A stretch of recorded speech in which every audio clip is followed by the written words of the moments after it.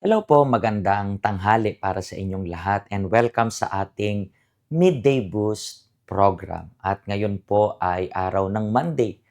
Pero hindi lang basta araw ng Monday kasi today is yung pinakaunang araw ng panibagong buwan, June 1st. And as you know, every first day of the month tinatawag natin itong day ng What Would Jesus Do?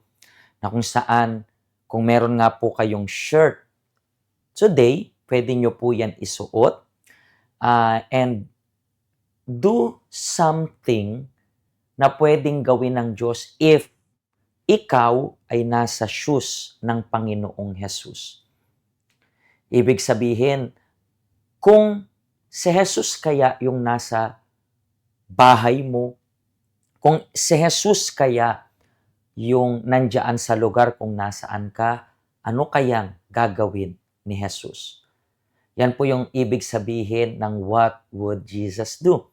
And pwede ka pong mag-separate ng time today to invite yung mga tao para pumunta sa church or i-share mo lang without even yung intention na imbitahan sila sa church, but with the intention na ipasa kung ano yung gustong ipasa ng Panginoon. Sabi nga, what would Jesus do?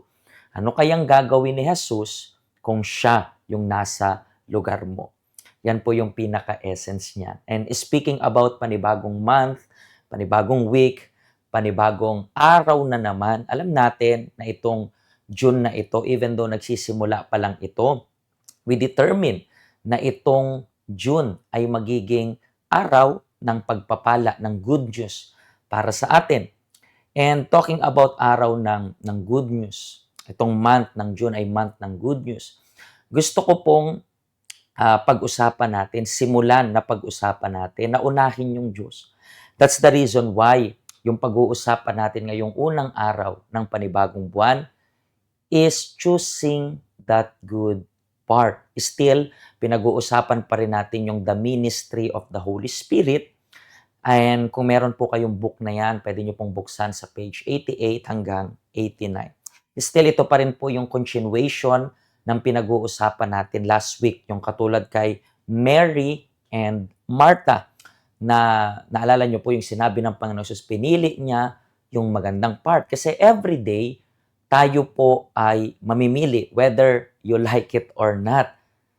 Yan na po yung buhay natin. Everyday, mamimili ka. Everyday, mamimili ako. Everyday, magdidesisyon ka. Everyday, magdidesisyon ako. Everyday, magdidesisyon tayong lahat. And when we talk about decision, bawat decision ninyo, merong consequence. Sa pagpipili natin, kaya pa nating pumili ng action na gagawin natin. Pero when it comes about action and reaction, pagdating sa consequence, hindi mo na mapipili yung consequence. Bakit? Kasi pinili mo na yung action na ititake mo. That's the reason why piliin natin yung good part. And talking about itong good part na to, tingnan ninyo po yung nakasulat dito sa salita ng Diyos. Very interesting. Yung nangyari kay Moses. Let's see kung ano nakasulat dito. Libro ng Hebreo, chapter 11, sa verse 24 hanggang 26. It's written like this. Dahil sa pananampalataya nang malaki na si Moises, tumanggi siyang tawaging anak ng prinsesa ng Ehipto. Mas ginusto niyang makibahagi sa paghihirap na dinaranas ng mga taong sakop ng Diyos kaysa lasapin ang mga panandaliang kaligayahan na dulot ng kasalanan. Itinuring niyang mas mahalaga ang maalipusta para kay Kristo kaysa sa mga kayamanan ng Ehipto dahil inaasam niya ang gantimpalang matatanggap niya. Itong gantimpala na ito ay walang iba kundi yung Espiritu ng Diyos. Tandaan ninyo po, itong verse na to, nagpapakita ito sa atin ng choices. And interesting kasi in-emphasize doon na malaki na si Moises. Ibig sabihin, siya na yung responsible sa mga choices niya. Pero even though, di ba sa mundong ito, kapag papapiliin, meron nga tayong expression, kapit sa patalim. Ano yung ibig sabihin ng kapit sa patalim? Kapag pera na yung pinag-uusapan, kahit magkamali, kahit magkasala, gagawin nila yun. But, tayo pong anak ng Diyos, tayong naniniwala sa Diyos. Huwag nating lasapin. Let's read nga again, sabi dito, mas ginusto ni Moises mas ginusto. Tingnan nyo, ibig sabihin, gusto niya naman ng kayamanan, pero mas gusto niya lang na makibahagi sa paghihirap na dinaranas ng mga taong sakop ng Diyos. Kaysa lasapin ang panandali, ang kaligayahan na dulot ng kasalanan. Kasi kapag gagawa ka po ng kasalanan, magiging masaya ka rin naman, pero pansamantala lang. Kasi kapag gumawa ka ng kasalanan, yan na yung bukang bibig ng mga tao. Masarap kasi. But remember, kapag aanihin mo na yung resulta, hindi na masarap. Minsan, masakit pa sa kalooban. That's the reason why piliin nyo lagi yung good part. Piliin mo. Meron laging option. Merong good part, merong bad part. Merong better na option, meron ring worse na pipiliin. It always depends on you. Diba yesterday, pinag-usapan natin yan na ang blessing is hindi yan dahil buenas ka. Ang blessing is consequence ng pagsunod. And yung sumpa ay consequence ng ano naman? Ng pagsuway ninyo, disobedience. Sa moment na ikaw ay manunumbalik sa Diyos, pinipili mo yung good part. Okay? Gagawa po tayo ng prayer ngayon. I-bless natin itong month ng June. And usually, inaas ko po kayo na magsulat ng prayer request. Pero this time, pwede kayong magsulat ng prayer request. But ang ilagay nyo lang po sa baba sa comment section is ganito, pagpalain ang buong buwan ko. Sulat ko lang po yan. Kasi gusto kong i-dedicate itong blessing na ito para sa buwan ng June, first day of a new month. And let's determine na in the same way that in the month of June, we combat yung devour spirit and we are putting God first sa buhay natin. So, anong dapat nating gawin? Kinakailangan natin i-determine na itong June na ito ay magiging month ng good news para sa inyong lahat. Okay? Kung meron rin po kayong baso ng tubig dyan, i-prepare nyo na rin. Ulitin ko, ang isusulat nyo po sa comment section, pagpalain ang buwan ng June. Naintindihan nyo po ba? Pwede mong, hindi mo kailangan kopyahin yung sinabi ko, but pagpalain ang buwan ng June ko, pagpalain itong buwan na ito, it's all about itong buwan ng June. We combat yung spirit of devour and we claim na never again na magdurusa tayo kasi tayo ay malapit sa Panginoon. Okay? So kung handa na po, please ipikit ninyo po yung mata ninyo. This is the moment of prayer.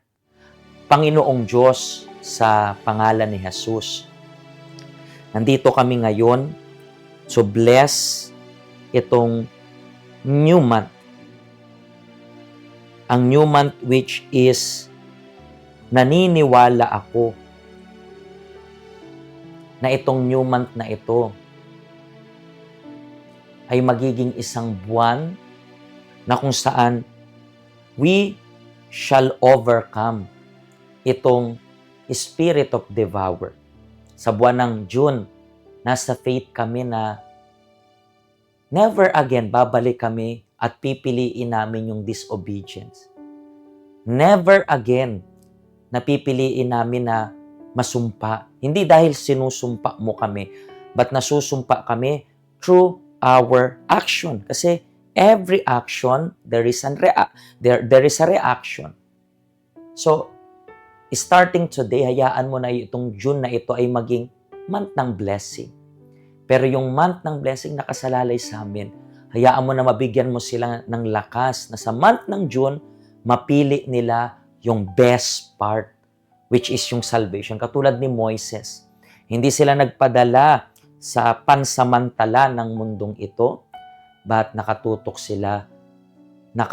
siya sa gantimpala na bigay mo. Dapat ganon rin kami, Panginoon, makatutok sa gantimpala, which is yung salvation.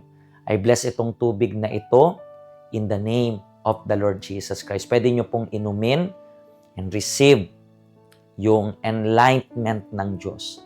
Let there be light sa isipan ninyo. Let there be strength sa kalooban ninyo. Itong week na ito, itong panibagong buwan ay isa ng blessing kasi we choose the best part. Okay? Panginoong Diyos, maraming salamat. Maraming salamat kasi ngayon pa lang, this is our determination by faith. In the name of the Father, the Son, and the Holy Spirit. Amen. Amen. Mga kaibigan, bisitahin niyo po yung help center natin. Ito po yung ating address ngayong weekend. Ito rin po yung ating helpline.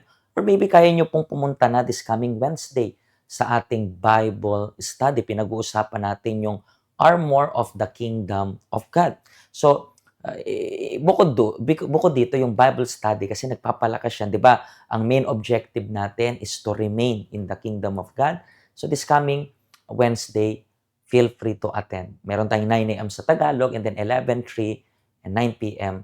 sa English. Okay? So paano po mga kaibigan? Hanggang dito na lang po at naway pagpalain po kayo ng Diyos. Kung natulungan po kayo ng program na ito, please huwag niyo pong kalimutan na i-share. Hanggang bukas po muli sa ating Midday Boost program.